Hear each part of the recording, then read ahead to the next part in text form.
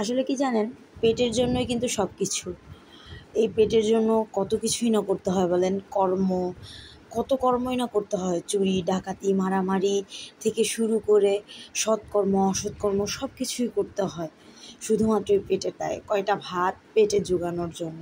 এই ভাত যে কতটা কঠিন জিনিস, যা মানে যে কামাই করে না সেই শুধু টের পায় যে ভাত কামাতে, ভাত রিজিক আনতে কতটুকু সময় লাগে, কতটুকু কি লাগে। রক্তগুলো ঘাম করা, টাকা দিয়ে তারপরে অন্ন কিনে আনতে হয়, সে অন্ন রান্না করতে হয়, পরে খাবারের যোগান দিতে হয়। আসসালামু আলাইকুম, সবাই কেমন আছেন? আশা করি ভালো আছেন। আলহামদুলিল্লাহ, আল্লাহর রহমতে আমরা ভালো আছি। তো কথাগুলো আসলে কিন্তু প্রতিদিন জীবনের সাথে মিলিত। প্রত্যেকেই প্রত্যেক কর্ম করে, এই কর্মের দ্বারাই কিন্তু আমাদের রিজিক আসে। উপরওয়ালা আমাদের জন্ম মৃত্যু বিবাহ রিজিক সব কিছুই হাতে লিখে রেখেছেন। পৃথিবী সৃষ্টি হওয়ার 50,000 বছর আগে লিখে রেখেছেন সব কিছু। আপনার রিজিকে যা আছে, যেখানে যেটা আছে আপনি সেখানে যাবেনই, সেটা করবেনই, সেটা যত কিছুই করেন না কেন। তো যাই হোক, আমি আজকে রান্না করছিলাম মিনার কাপ মাছ দিয়ে পটল, তারপরে সবজির ঝোল, পটল আলু, তারপরে মনে হয় কাঁকরোলও ছিল, সবজির ঝোল রান্না করব। তো আমি প্রথমে কড়াইতে মাছগুলো ভেজে উল্টে পাল্টে করে ভেজে নিয়েছি।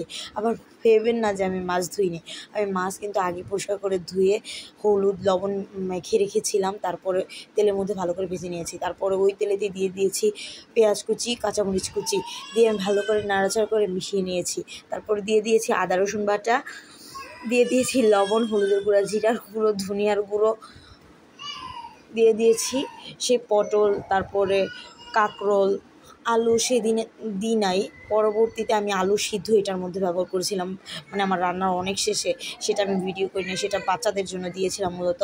তো যাই হোক, এইভাবে খেতে কিন্তু নরম পাতলা ঝোল খেতে গরমের দিন কিন্তু খেতে অনেক ভাল লাগে, শরীরের জন্য খাওয়া ভালো। তো আমার ম্যাক্সিমাম সময় কি, আমার ঘরে পাতলা ঝোলটা চলে না, যেহেতু আমার হাজব্যান্ড একজন বাবুর্চি, সে পাতলা ঝোলটা খেতে চায় না, আর বাচ্চারাও পাতলা ঝোল খায় না, মানে ভুনা ভুনা তরকারি খেতে খেতে অভ্যস্ত হয়ে গেছে তারা। তো আমি পটল অ্যান্ড কাঁকরোলগুলো ভালো করে কষায় নিচ্ছিলাম। কষানোর পরে এক পর্যায়ে যখন কষানোর মধ্যে সিদ্ধ হয়ে যাবে, ওই পর্যায়ে আমি পানি অ্যাড করে দিব এখানে। ভালো করে পানি অ্যাড করার পরে আবারও ভালো করে কষিয়ে নিব। এই রান্না কষানোর মধ্যে কিন্তু আরেকটা ভালো মজা আছে, যেটা আমি মূলত আমার হাজব্যান্ডের কাছ থেকে শিখেছি। সে কিন্তু অনেক জিনিস, সব কিছু মশলা ভালো করে কষে নেয়, ভুনে নেয় আর কি, যেটা। তারপরে আমি অল্প কিছুটা পানি দিয়েছি এখানে। পানি দেওয়ার পরে আমি আরও কিছুক্ষণ কষিয়ে নেব, মানে এখানে আমি পুরো দমেই সিদ্ধ করে নেব। এরপরে আমি মাছগুলো দিয়ে দিব, দেওয়ার পরে সুন্দর করে আমার তরকারিটি কিন্তু ইতিমধ্যে হয়ে যাবে। তো আমার তরকারির রেসিপি বলার তো কিছুই নেই, আমি রেগুলার যা রান্না করি সেটাই আমি আর কি ভিডিও করি। তো এই কারণে বললাম, রিজিক যার জন্য যতটুকু বরাদ্দ আছে সে ততটুকুই পাবে, এর থেকে বেশি আর কোনো কিছু সে পাবে না, যত কিছুই করুক না কেন। অনেক লাখপতি দেখবেন মাথায় টেনশন নিয়ে ঘুরছে, একবেলা ভাত তার পেটের মধ্যে জুটছে না, কারণ টেনশন তার। অনেক গরিব দেখবেন 3 বেলা শুধুমাত্র ভাতেই তার চলে যাচ্ছে। আবার অনেক বড়লোক এভাবেও দেখবেন যে টাকা ডাস্টবিনে ফেলে দিচ্ছে, টাকা কোথায় ফেলবে তারা সেটাও বুঝে পাচ্ছে না। তো যার যেটা উপরওয়ালা লিখে রেখেছে ভবিতব্য, সেটা হবেই। তো আমরা সাধারণ মানুষ, আমাদের যতটুকু আল্লাহ পাক দিয়েছে আলহামদুলিল্লাহ, অতটুকুর মধ্যে সুন্দর করে গুছিয়ে চলার মতন চেষ্টা করি। তা আমি এটার মধ্যে কিন্তু গুঁড়ামরিচ ইউজ করিনি, পাতলা ঝোল যেহেতু রান্না করেছি। ইতিমধ্যে কিন্তু আমার তরকারি হয়ে গিয়েছে আলহামদুলিল্লাহ, মাছগুলো আমি দিয়ে সুন্দর করে কষিয়ে নামিয়ে নিয়েছি। তো এই ভাতের জন্য আসলে মূলত এত কষ্ট করা। তো যাই হোক, সবাই ভালো থাকবেন, সুস্থ থাকবেন, আল্লাহ হাফিজ, বাই বাই, আমাদের জন্য দোয়া করবেন।